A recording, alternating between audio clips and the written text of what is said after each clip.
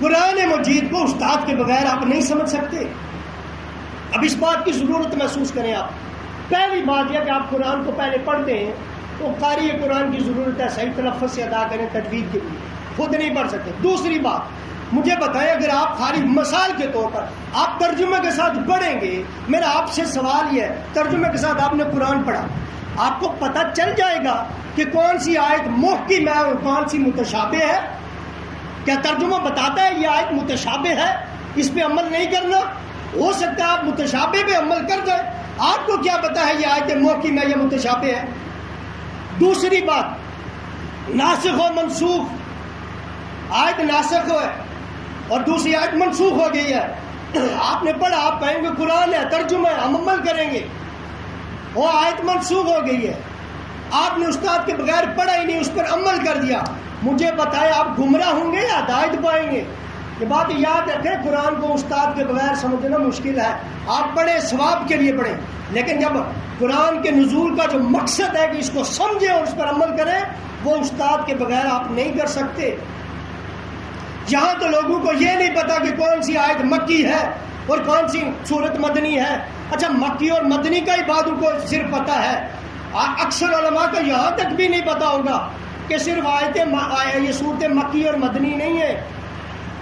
تمہیں کون بتائے گا یہ صورت مکی بھی ہے، یہ مدنی بھی ہے، یہ لیلی بھی ہے، یہ نہاری بھی ہے، یہ شتائی بھی ہے، یہ سیفی بھی ہے، یہ ہجری بھی ہے، یہ سفری بھی ہے، یہ اردی بھی ہے، فضائی بھی ہے، یہ سمائی بھی ہے، اور یہ شتائی ہے جو گرمیوں میں اتری، سیفی ہے جو سردیوں میں اتری، اور یہ لیلی ہے رات میں اتری، نہاری ہے دن میں اتری، ہجری ہے حضور کو گھر میں اتری، سفری ہے سفر میں اتری، عرضی ہے زمین پر اتری، اور یہ فضائی ہے حضور کو معراج پہ جاتے ہوئے اتری، سمائی ہے آسمانی دنیا پہ اتری، اور یہ حضور کی شان بھی بتاتی ہے. تو رات اتری، حضور موسیٰ علیہ السلام کو بلایا گیا ہے، عیسیٰ علیہ السلام کو عبادت مکمل ہوئی تو ملی، زبور داؤد علیہ السلام نے اپنے معبد خانے میں عبادت مکمل کی، اللہ نے زبور عطا کی. لیکن حضور کی باری آئی تو یہ آیتیں بتا رہی ہیں کوئی سفری ہے، کوئی ہجری ہے، کوئی مکی ہے، کوئی مدنی ہے. اور میرا محبوب صحرا میں گیا تو وہاں اتری، بستر میں ہے تو وہاں اتری، حجر میں ہے تو وہاں اتری، سفر میں ہے تو وہاں اتری. رب کہتا ان کی بات اور ہے، میرے اس محبوب کی بات اور ہے. ان کو کتاب مکمل دی، بلا کر دی، اور حضور علیہ الصلوۃ والسلام جدھر جدھر جاتے گئے قرآن پیچھے پیچھے آتا گیا. یہ حضور کی شان ہے.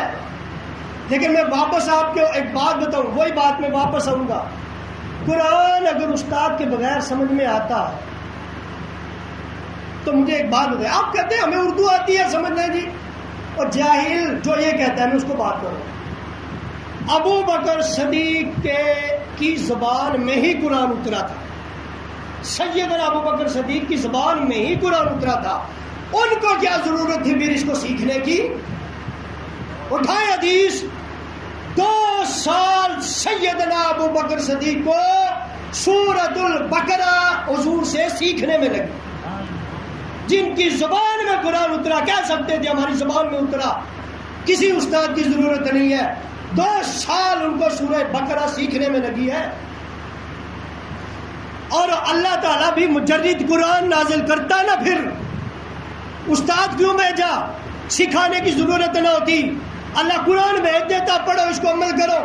اللہ نے پہلے اس کو معلم بھیجا ہے، پہلے حضور کو معلم بھی بنا کے بھیجا، اور کائنات کا معلم حضور کو بنا کر بھیجا. اور پھر اس میں حضور کے علم کی بھی کیا بات ہے. جو جس کتاب کا علم ہے ہم اسی کو اپنے بچے کو ٹیچر ڈھونڈتے ہیں. میں اسی کو ڈھونڈوں گا جو کیمسٹری کا ماہر ہوگا، کیمسٹری پڑھائے. رب نے قرآن کا ماہر بنا کر بھیجا. ہم تو کمیاں چھوڑ دے سکتے ہیں، اللہ جس کو معلم بنا کر بھیجے وہ کوئی کمی نہیں چھوڑے گا. تو جب رب کہتا ہے میں نے خشک و تر کا ہر علم کتاب کے اندر دے دیا ہے، تو جس کو معلم بنا کر بھیجا ہے اس میں علم کی خامیاں نہ تلاش کرنا. اس میں علمی خامیاں تلاش کرو گے تو رب کے قرآن میں خامی نکلے گی جو کہ لا ریب ہے. تو اللہ نے حضور کو معلم بنا کر بھیجا. حضور نے کل صحابہ کو سکھایا، صحابہ نے تابعی کو سکھایا، تابعی نے تبع تابعی کو سکھایا، اور اب تک آپ سیکھتے آئے ہیں۔ قرآن استاد کے بغیر نہیں سیکھا جا سکتا، اور بہترین استاد آپ چنیں اور بہترین قرآن سمجھیں۔